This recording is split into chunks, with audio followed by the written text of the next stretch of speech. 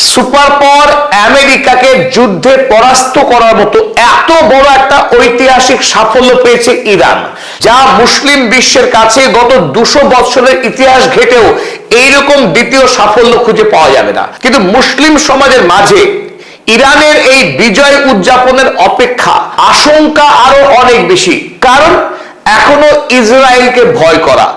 Israel গত 78 বছর ধরে যেভাবে মধ্যপ্রাচ্যে ধ্বংস চালিয়েছে, আরব রাষ্ট্রগুলোকে পরাস্ত করে ইচ্ছা মতো গণহত্যা চালিয়েছে, ফলে মুসলিম বিশ্বের কাছে ইসরায়েল একটা মনস্তাত্ত্বিক ভয়ের কারণ হয়ে দাঁড়িয়েছে, ফিয়ার সাইকোসিস হয়ে গিয়েছে।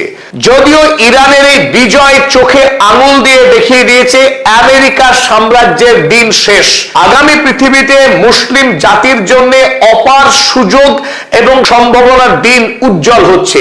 একদিকে সুপার পাওয়ারের পতন, অপরদিকে ইসরায়েল এবং আমেরিকার মধ্যে সম্পর্কের যে ফাটল তৈরি হয়েছে, সেই ফাটল নিঃসন্দেহে ইরানের বিজয়ের সবচেয়ে বড় একটা সাফল্য।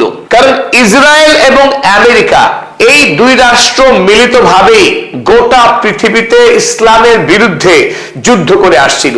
তাই যখন এই দুই মহাশক্তি ইসরায়েল এবং আমেরিকা তারা নিজের যখন দ্বন্দ্বে লিপ্ত হয়েছে, তার 16 আনা সুফল এবার আসবে মুসলিম সমাজের কাছে, যদি এই মুহূর্তে আরব বিশ্ব ইরান মিলিতভাবে যদি এই সুযোগটাকে কাজে লাগাতে পারে। তবে এই প্রেক্ষিতে আমাদের যেটা বুঝে নেওয়া দরকার যে ইসরায়েল এই মুহূর্তে বেপরোয়াভাবে আমেরিকার বিরুদ্ধে নতুন করে গুটি সাজাতে শুরু করেছে।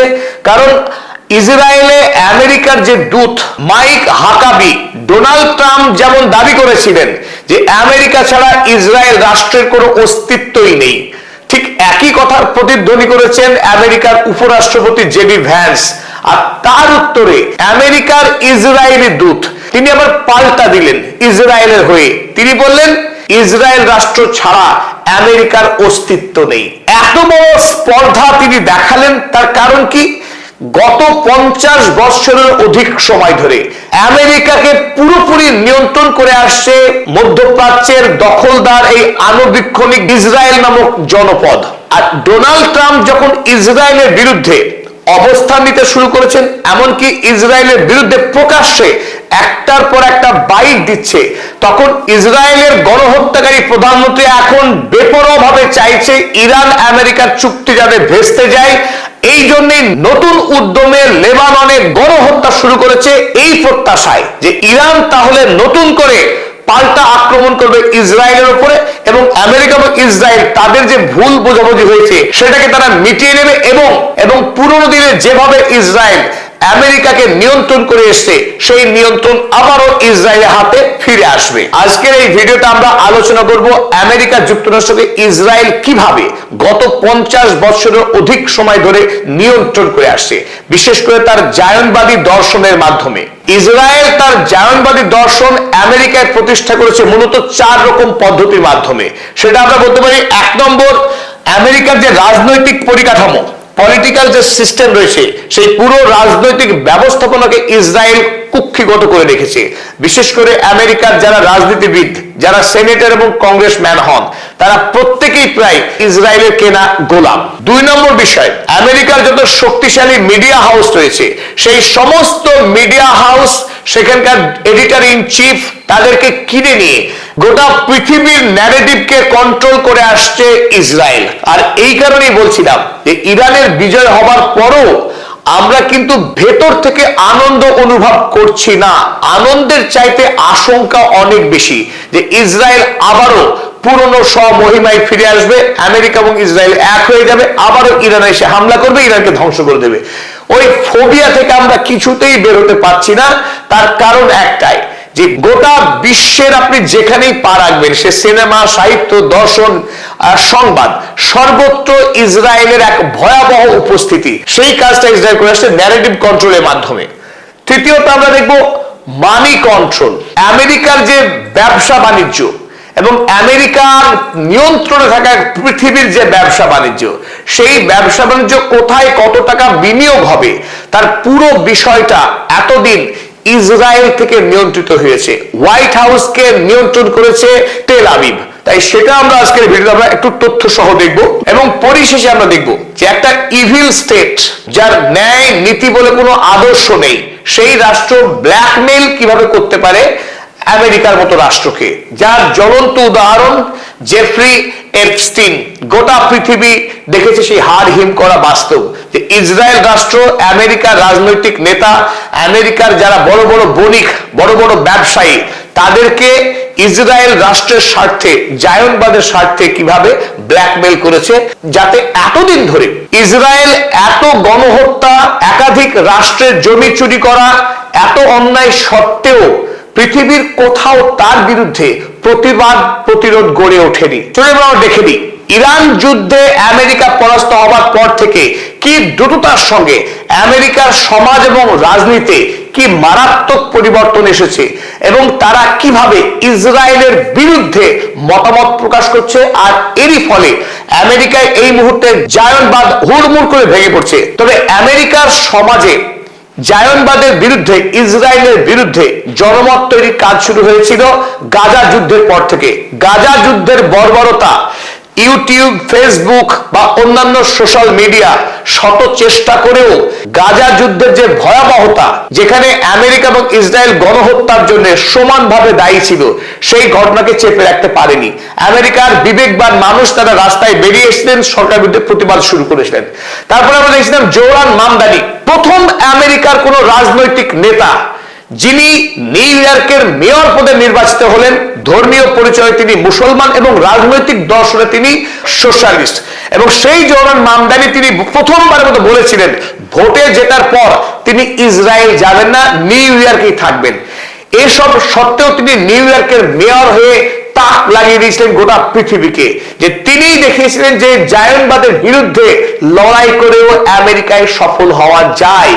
পরিশেষে ইরান যুদ্ধে যখন আমেরিকা পরাস্ত হলো, তখন ইসরায়েলি যে রাশ, এতদিন ধরে ইসরায়েল যে আমেরিকাকে নিয়ন্ত্রণ করে আসছিল, সেই নিয়ন্ত্রণে কিন্তু একটা ফান্ডামেন্টাল চেঞ্জেস আসলো। তবে ইসরায়েলের কর্তৃত্ব খর্ব হওয়াকে বুঝতে গেলে এতদিন ইসরায়েল কিভাবে আমেরিকাকে নিয়ন্ত্রণ করতো সেটাও বোঝা খুব জরুরি। চলুন শুরু করা যাক। প্রথমেই চলুন আমরা দেখে নিই ইসরায়েল আমেরিকার রাজনীতিকে কিভাবে নিয়ন্ত্রণ করে। তা বর্তমানে আমেরিকায় যে 535 জন কংগ্রেসম্যান রয়েছেন, তাদের মধ্যে 281 জন ইসরায়েলের কাছ থেকে টাকা নিয়েছে, তার ভিডিও ফুটেজ সহ একাধিক প্রমাণ রয়েছে। আর সেই সত্য এখন আমেরিকার সমাজের কাছে দিনের মতো পরিষ্কার। আমেরিকার কিছু গুরুত্বপূর্ণ সংস্থা যারা এই তথ্যকে ফাঁস করেছে।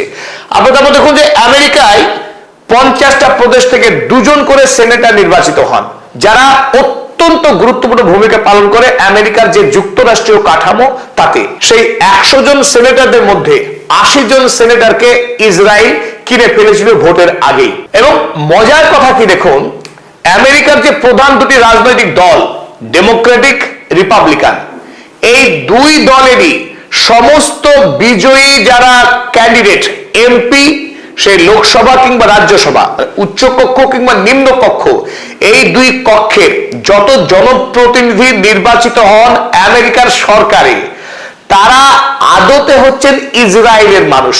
ইসরায়েল মানুষ এই অর্থে ইসরায়েলের টাকায় তারা ভোট প্রচার করেন এবং ভোটে বিজয়ী হয়ে এসে তারা ইসরায়েলের স্বার্থেই কাজ করেন।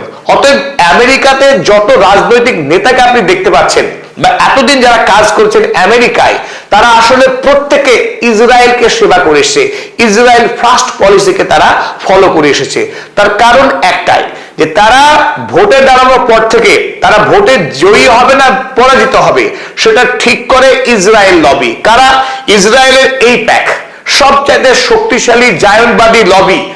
আমেরিকার অভ্যন্তরের রাজনৈতিক যে ছক যারা নির্মাণ করে, নির্ণয় করে, তারাই হলো এই প্যাক।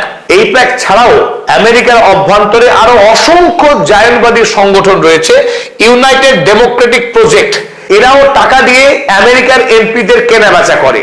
2024 সালের একটা রিপোর্ট দেখে নিন। 2024 সালে এই প্যাক এবং ইউনাইটেড ডেমোক্রেটিক প্রজেক্ট, ইসরায়েলি জায়নবাদী এই দুটি সংস্থা আমেরিকার এই এমপিদের কিনতে খরচ করেছিল 78.1 মিলিয়ন। এক ভয়ঙ্কর বৃহৎ একটা টাকা। এই টাকা কেবল দুটি সংস্থা, এইপ্যাক এবং ইউডিপি এরা খরচ করেছিল। এছাড়াও pro Israel America, Democratic Majority for Israel, NORPAC, Christians United for Israel, আরো 10টি সংস্থা রয়েছে যারা সরাসরি আমেরিকার রাজনৈতিক নেতাদেরকে ঘোড়া কেনাবেচার কাজের সঙ্গে যুক্ত আছে। তাহলে প্রশ্ন স্বাভাবিকভাবে আসে, এই তথ্য এতদিন কি আমেরিকার সাধারণ জানতেন? না। 2024 সালের আগে, বিশেষ করে 23 সালে যখন গাজা যুদ্ধ শুরু হলো, তার আগে আমেরিকার সাধারণ মানুষ খুব একটা এই সব জানতেন না যে ইসরায়েল আমেরিকার রাজনীতিকে এইভাবে নিয়ন্ত্রণ করে। সেই সময়ে গাজা যুদ্ধের সময় আমরা দেখলাম ট্র্যাক এইপ্যাক এবং ওপেন সিক্রেট এই দুটি সংস্থা ক্লোজলি মনিটর করে আমেরিকার যত গোপন তথ্য একটার পর একটা তথ্য ফাঁস করা শুরু করলো এবং জনগণের সামনে নিয়ে আসা হলো যে এই রাজনৈতিক নেতা আমেরিকায় যারা সেনেটর, যারা কংগ্রেসম্যান, এমনকি প্রেসিডেন্ট বা ভাইস প্রেসিডেন্ট, এরা আসলে কারা। এরা প্রত্যেকে ইসরায়েলের কাছ থেকে টাকা খেয়ে এরা আমেরিকার মাটিতে রাজনীতি করছে ইসরায়েলের স্বার্থকে পূর্ণ করবার জন্য। আর এই কারণেই ইসরায়েলি গণহত্যা দেখার পরেও আমেরিকা চোখে কালো টেপ বেঁধে রাখে, ইউরোপ চোখের টেপ বেঁধে রাখে। তারা কোনোদিনও সত্য কথাকে সত্য বলে স্বীকার করতে অতীতে সাহস করেনি। সোশ্যাল মিডিয়া, বিশেষ করে আমেরিকাতে টিকটক বড় ভূমিকা পালন করেছিল এই ইসরায়েলি এই ষড়যন্ত্রকে ফাঁস করার ক্ষেত্রে। তাই এই মুহূর্তে আমেরিকার অভ্যন্তরে সেভ আমেরিকা এই আন্দোলন জোরদার হচ্ছে যে আমেরিকায় যে সমস্ত রাজনৈতিক নেতা তাদের সঙ্গে যদি ইসরায়েলের যোগ থাকে, জনগণ সেই সমস্ত নেতাদের আর ভোট দিতে প্রস্তুত নয়। কারণ তারা চাইছে আমেরিকা ফার্স্ট পলিসি নিতে হবে, রাজনৈতিক নেতাদের আমেরিকাকে আগে আনতে হবে, ইসরায়েল নয়।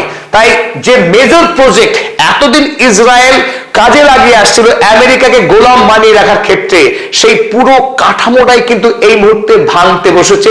বিশেষ করে বললাম গাজা যুদ্ধের পর থেকে এবং এই মুহূর্তে ইরান যুদ্ধে পরাস্ত হবার পর আমেরিকার মানুষ স্পষ্টতই বুঝে গেছে যে তাদের আসল শত্রুকে, তাদের শত্রু যে ইসরায়েল, সেটা জনগণ, বিশেষ করে বড় অংশের যুবক যারা ভোটার, তারা এই মুহূর্তে ইসরায়েলের বিরুদ্ধে প্রতিবাদে মুখর। তাই আগামী দিনে যারা আমেরিকায় রাজনীতি করবে তাদের মডেল হবে জোহরান মামদানি, যে ইসরায়েলের বিরুদ্ধে দাঁড়িয়েও ভোটে জেতা যায়। এমনকি কদিন আগে নিউ ইয়র্ক শহরে ৭৮তম ইসরায়েল দিবস যখন উদযাপন হলো, যেখানে নিউ ইয়র্কের মেয়ররা আশাটাই দস্তর, সেই সাহসী বীর মামদানি তিনি দেখিয়ে দিলেন যে ইসরায়েলের হয়ে তিনি কোনো অনুষ্ঠানে যাবেন না, যাননি। তাই আগামী দিনে এইরকম হাজার জোহরান মামদানি আমেরিকাতে তৈরি হতে যাচ্ছে। অতএব ইসরায়েলের ভরাডুবি শুধু সময়ের অপেক্ষা, এতে বিন্দু মাত্র সন্দেহ নেই। চলে আমরা দেখেন দ্বিতীয় গুরুত্বপূর্ণ কূটপন্থা যেটা ইসরায়েল ফলো করে আসছিল আমেরিকার মানুষকে বোকা বানানোর জন্য, আমেরিকার মানুষকে ঘাস খাওয়ানোর কাজ করছিল ইসরায়েল। তার 1 নম্বর রাস্তা বাই মিডিয়া। আপনার ভারতবর্ষে বলুন, বাংলাদেশ বলুন, পৃথিবীর অধিকাংশ দেশেই সরকার সেই দেশে যে মিডিয়া হাউস, যাকে বলা হয় গণতন্ত্রের চতুর্থ স্তম্ভ, তাকে বিকৃত করা, সরকারের বিরুদ্ধে প্রশ্ন না করতে দেওয়া, এমনকি সরকার যদি ভুল পদক্ষেপ গ্রহণ করে তার প্রশংসা করা, এটাই হচ্ছে অধিকাংশ মিডিয়া হাউসের কাজ।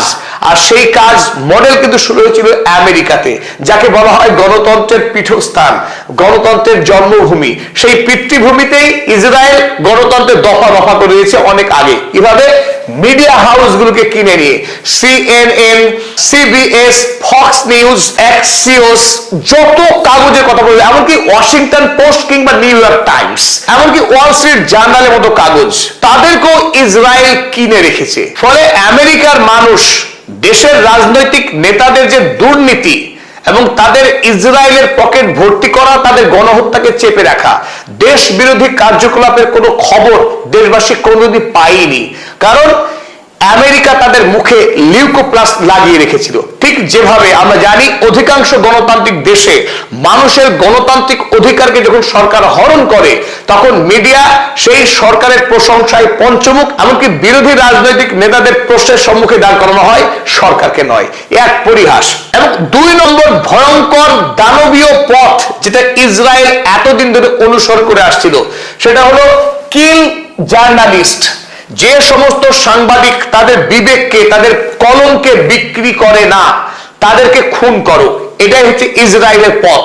বিশেষ করে গাজা যুদ্ধের যে বিভৎসতা, নিরীহ শিশুদেরকে খুন করা, সেই শিশুদের খুন করার কিছু ছবি বিশ্ব সংবাদ মাধ্যমে যারা ছড়িয়ে দিয়েছিলেন, সেই সমস্ত সাংবাদিক যারা নিজেদের প্রাণকে বাজি রেখে গাজা ভূমিতে কাজ করছিলেন, তাদের বেশিরভাগই ছিলেন ফিলিস্তিনি সাংবাদিক। সেই সমস্ত সাংবাদিকদেরকে বাছাই করে টার্গেট করে খুন করেছে ইসরায়েল। 2025 সালে সারা পৃথিবীর বিভিন্ন প্রান্তে যত সাংবাদিক খুন হয়েছেন, তার 2/3 সাংবাদিককে খুন করেছে কেবলমাত্র ইসরায়েল রাষ্ট্র। লক্ষ্য ছিল একটাই, যে সমস্ত সাংবাদিক প্রাণে বেঁচে আছে তারা যেন সত্য খবর করার সাহস না করে, আর যারা সাহস করছে তাদেরকে শেষ করে দাও। ফলে প্রাণপণ চেষ্টা করেছে ইসরায়েল তাদের গণহত্যার ছবি যেন কোনোভাবেই পৃথিবীবাসীর কাছে না পৌঁছায়। তারা সেই পুরনো গান, হোলোকস্টের গান শুনিয়ে, অ্যান্টিসেমিটিক কন্টেন্টের ভয় দেখিয়ে সমস্ত সাংবাদিকদেরকে চুপ রাখতে চেয়েছে এবং গোটা পৃথিবীকে তারা বলতে চেয়েছে তারা হচ্ছে ভিকটিম, তারা অত্যাচারের শিকার হয়েছে অতীতে, সুতরাং তারা যে অন্যায় করছে সেটা আসলে অন্যায় নয়। তৃতীয়ত, create law of antisemitism to control 47 countries. এই ইসরায়েল রাষ্ট্র ইউরোপীয় মহাদেশের 32টি রাষ্ট্র মিলে পৃথিবীর মোট 47টি দেশের সংবিধানে তারা একটা ক্লজ ঢুকিয়ে রয়েছে। ক্লজটা কি? অ্যান্টিসেমিটিজম ল। সেটা কি? ইহুদিদের বিরুদ্ধে, বিশেষ করে ইসরায়েল রাষ্ট্রের বিরুদ্ধে কোন রকম মন্তব্য করা যাবে না। মন্তব্য করলেই তাকে হাজতবাস করতে হবে, তাকে নানানভাবে আইনি হেনস্থার শিকার হতে হবে, আর সেটা সংবিধানে একটি নির্দিষ্ট ধারা।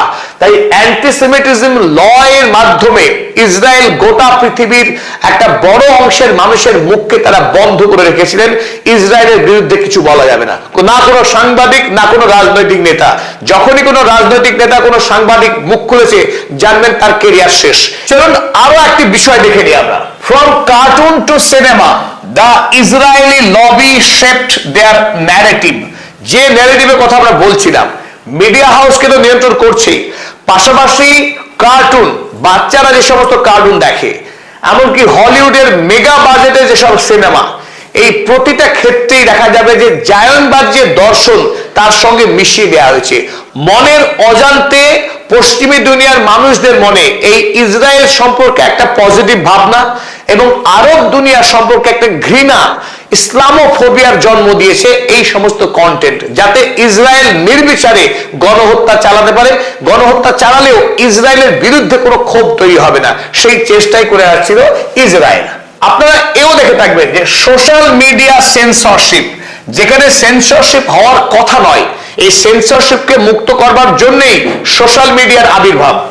ইউটিউব, ফেসবুক, গুগল, কিন্তু আমরা নিজেরাও ভুক্তভোগী যে সোশ্যাল মিডিয়া, বিশেষ করে ইউটিউব বা ফেসবুকে আমরা যেখানে মুক্ত কণ্ঠে আলোচনা করতে গিয়েছি, আমাদের অনেকগুলো ভিডিও আটকে গেছে, পলিসি ভায়োলেশন হয়েছে, যাতে করে কোনো কন্টেন্ট ক্রিয়েটার ইসরায়েলের বিরুদ্ধে কথা বলে কন্টেন্ট না বানায়, সেই চেষ্টা কিন্তু ফেসবুক এমনকি ইউটিউব তারাও চালাতে বাধ্য হয়েছে। কারণ আমেরিকার রাজনীতির একটা বাধ্যবাধকতা ছিল, কারণ ইসরায়েলি লবি এত শক্তিশালী, এমনকি এই কোম্পানির মালিক ইউটিউব বা গুগল, তাদের মালিক ল্যারি পেজ, যিনি ধর্মীয় পরিচয় একজন ইহুদি।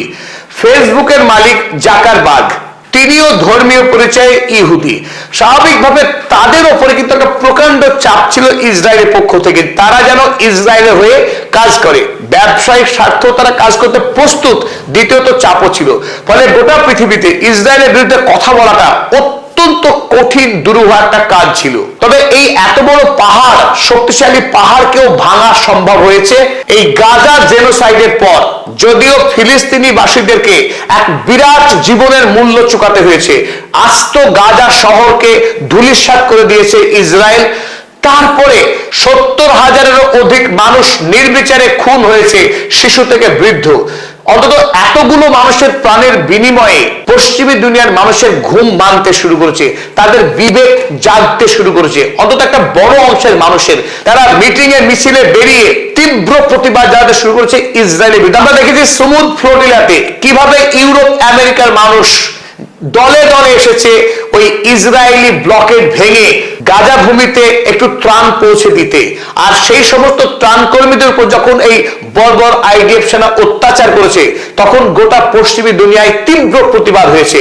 ফলে এই গাজা যুদ্ধ, ইসরায়েলি গণহত্যা গোটা পশ্চিমী দুনিয়ার মানুষকে ইসরায়েলের বিরুদ্ধে সচেতন করে তুলেছে। তৃতীয় গুরুত্বপূর্ণ পয়েন্ট, যেটাকে আমরা মানি কন্ট্রোল বলছি, সেই মানি কন্ট্রোল ইলন মাস্কের মতো যত শক্তিশালী অর্থশালী বণিক ছিলেন আমেরিকার, ইউরোপের বা পৃথিবীর অন্যান্য দেশের, যারা আমেরিকার হোয়াইট হাউসের সাহায্যে আইন পাশ করিয়ে ব্যবসা করতেন, তারা একটা বিষয় খুব ভালো করে জানতেন, the road to Washington goes through Tel Aviv. অর্থাৎ আপনি যদি হোয়াইট হাউস থেকে কোনো আইনি সুবিধা পেতে চান, আপনাকে হোয়াইট হাউসে গেলে হবে না, যেটা হবে সোজা তেল আবিব। এই যুদ্ধ অপরাধী বেঞ্জামিন নেতানিয়াহুকে ধরতে হবে, কারণ এই বেঞ্জামিন নেতানিয়াহুর পকেটে এতদিন আমেরিকার সমস্ত সেনেটর কংগ্রেসম্যানরা পড়া ছিল। ফলে এই বেঞ্জামিন নেতানিয়াহু তিনি যদি একবার ফোন করে দেন আমেরিকায় যে তার এই আইন পাশ করাতে হবে, ইলন মাস্ককে অমুক ব্যবসা দিতে হবে, তৎক্ষণাৎ ধরে নিতে হবে সেই ব্যবসা কিন্তু ইলন মাস্ক পেয়ে যাবেন। শত চেষ্টা করে অন্য কোন ব্যবসায়ী ওই ডিলটা কিন্তু পাবেন না। এই পথ এতদিন ধরে চলে আসছিল। এমনকি হোয়াইট হাউসের যিনি প্রেসিডেন্ট, তিনি চাইলেও কোন আইন তিনি পাশ করতে পারবেন না। তার দলের সেনেটর কিংবা কংগ্রেসম্যান প্রেসিডেন্টের কথা শুনবেন না, বরং তিনি ইসরায়েলি এই গণহত্যাকারী দানবের কথাতেই তিনি আইন পাশ করাবেন। স্বাভাবিকভাবেই বণিকদের যেহেতু কোনো ধর্ম হয় না, তাদের কোনো জাতীয় হয় না, তাদের কোনো মূল্যবোধ হয় না, কারণ টাকাই বণিকের মানদণ্ড। তাই বণিক হিসাবে তারা সব সময় ইসরায়েলকে প্রায়োরিটি দিয়ে এসছে, আর ইসরায়েল সেই ফায়দাই লুটেছে। কারণ এই সমস্ত বণিকদের কাছ থেকে অসৎ পথে সমস্ত তথ্য চুরি করেছে, তাদের কাছ থেকে বিপুল পরিমাণে টাকা আত্মসাৎ করেছে, আর ফুলে ফেপে উঠেছে এইপ্যাক এবং ইসরায়েলের হাজারো অর্গানাইজেশন, যারা আমেরিকাতে আরো শক্তিশালী হয়েছে এবং নতুন করে রাজনৈতিক নেতাদেরকে কৃতদাস বানিয়েছে। কিন্তু এই মুহূর্তে ইরান যুদ্ধে পরাস্ত হওয়ার পর গোটা আমেরিকার মানুষের সামনে একটা ছবির মতো পরিষ্কার হয়ে গেছে যে আমেরিকার রাজনৈতিক নেতারা ইসরায়েলের কথায় ওঠে আর বসে। ডোনাল্ড ট্রাম্প ইরান আক্রমণ করেছে কেবলমাত্র ইসরায়েলের চাপে পড়ে, বিবির চাপে পড়ে। সুতরাং এই নেতাকে আমাদের দেশে চাই না। তাই ডোনাল্ড ট্রাম্পের বিরুদ্ধে মাগা দেশ সহ সাধারণ মানুষ ঝাঁকে ঝাঁকে রাস্তায় নেমেছে, প্রতিবাদে মুখর হয়েছে। তাই ডোনাল্ড ট্রাম্পের মতো নেতারা আজ বাধ্য হয়ে ইসরায়েলের সঙ্গে ছায়া যুদ্ধ করতে শুরু করেছে। তারা এখন বুঝতে পেরেছে যে এই মুহূর্তে ইসরায়েলকে যদি নিয়ন্ত্রণ করা না যায়, আমেরিকাতে তাদের রাজনৈতিক ভবিষ্যৎ শেষ। সুতরাং আমেরিকা এবার চেষ্টা করছে, ইসরায়েলের প্রভাব আছে এমন কোন বণিককে তারা সুবিধা দেবে না। সুতরাং শেষ পর্যন্ত এই ইলন মাস্করা এখন তারা আইন পাস করবার জন্য আর তেল আবিবে আসছেন না, সোজা আমেরিকায় যোগাযোগ করবেন এবং তারা ব্যবসা ফাঁদবেন। তাই এই লাইনটা কিন্তু পুরো কাটা পড়ে যাবে। তাই আগামী দিনে খুব অল্প সময়ের মধ্যেই ইসরায়েলের পতন নিশ্চিত হবে। আর ইসরায়েলে যে সমস্ত বণিক বাস করেন, তাদের পালাতে দুদিন সময় লাগবে না। তাই সামনে যে 2 বৎসর আছে, সেই 2 বৎসর মানে 700 দিন। 700 দিন আসার আগেই অনেক বড় সড়ো ঘটনা ঘটে যাবে। পরিশেষে আমরা যে কথা ছোট্ট করে বলতে চাইছি, একটা হচ্ছে ব্ল্যাকমেইলের ক্ষমতা, দ্বিতীয়ত মার্ডার করার ইতিহাস। আমেরিকার ইতিহাসে আমেরিকার রাষ্ট্রপতি জন এফ কেনেডি, যিনি আমেরিকায় চূড়ান্ত জনপ্রিয় ছিলেন, সেই জন এফ কেনেডির সময়েই ইসরায়েল ডিমোনা শহরে তারা পারমাণবিক বোমা বানানোর কাজ শুরু করেছিল। আর সেই খবর যখন জন এফ কেনেডির কাছে যায় 1961 সালে, তিনি ইসরায়েলের তৎকালীন প্রধানমন্ত্রী বেন গুরিয়েনকে বাধ্য করার চেষ্টা করেছিলেন যাতে করে আমেরিকার প্রতিনিধি দলকে ইসরায়েলে যেতে দেওয়া হয় এবং সেখানে পর্যবেক্ষণ করবার সুযোগ দেওয়া হয় যে সেখানে ইসরায়েল বোমা বানাচ্ছে কিনা। কিন্তু বেন গুরিয়েন মার্কিন প্রেসিডেন্ট জন এফ কেনেডির সেই প্রস্তাবকে প্রত্যাখ্যান করলেন, কোনোভাবেই আমেরিকার প্রতিনিধি দলকে ডিমোনাতে আসতে দেননি। ফলে জন এফ কেনেডির সঙ্গে ইসরায়েলের সম্পর্ক তিক্ততায় পরিণত হয়। পরবর্তীকালে আমরা দেখেছি 1963 সালে এই গুরিয়ন অর্ডার দেন মোসাদকে যে জন এফ কেনেডিকে দুনিয়ার বুক থেকে সরিয়ে দেওয়া হোক, এবং সেই হিসেব মতোই 1963 সালে বেন গুরিয়ন তিনি প্রধানমন্ত্রীর পদ থেকে ইস্তফা দেন। কারণ কয়েক মাসের মধ্যেই সেই বড় সড়ো ঘটনা ঘটতে চলেছে। ঘটনা কি? আমেরিকা রুলিং প্রেসিডেন্ট তিনি 1963 সালের নভেম্বর মাসে অ্যাসাসিনেটেড হয়ে গেলেন, সুপারি কিলার তাকে খুন করে দিল। আমেরিকার রাষ্ট্রপতি তাকেও খুন করা যায়, আর সেই কাজে সরাসরি ইসরায়েলের হাত আছে বলে অভিযোগ ওঠে। সেই অভিযোগে বিস্তারিত একটি বই লেখা হয়, বইয়ের নাম final judgement. Michael Collins Piper এই বই লেখেন এবং সেই বইতে প্রত্যেকটি প্রমাণ তিনি দিয়েছেন কেন তিনি এই দাবি করলেন। অন্যদিকে আমরা আরো দুজন রাষ্ট্রপতির নাম বলবো। একজন জর্জ H.W. বুশ, অর্থাৎ জর্জ বুশের বাবা, তিনি এবং জিমি কার্টার, এই দুই রাষ্ট্রপতি এরাও ইসরায়েলের বিরোধিতা করার চেষ্টা করেছিলেন। কিন্তু একজন অর্থাৎ জর্জ H.W. বুশ তিনি অত্যন্ত জনপ্রিয় থাকা সত্ত্বেও 92 সালে তিনি জনপ্রিয়, পরবর্তী ইলেকশনে যখন দাঁড়ালেন 93 সালে তিনি ভোটে হেরে গেলেন। আবার আমরা দেখি জিমি কার্টার, সেই জিমি কার্টার যিনি 100 বছরের আয়ু পেয়েছিলেন, আমেরিকার রাষ্ট্রপতি। জিমি কার্টার 2006 সালে একটি বই লিখেছিলেন, বইয়ের নাম প্যালেস্টাইন পিস নট অ্যাপারথাইড।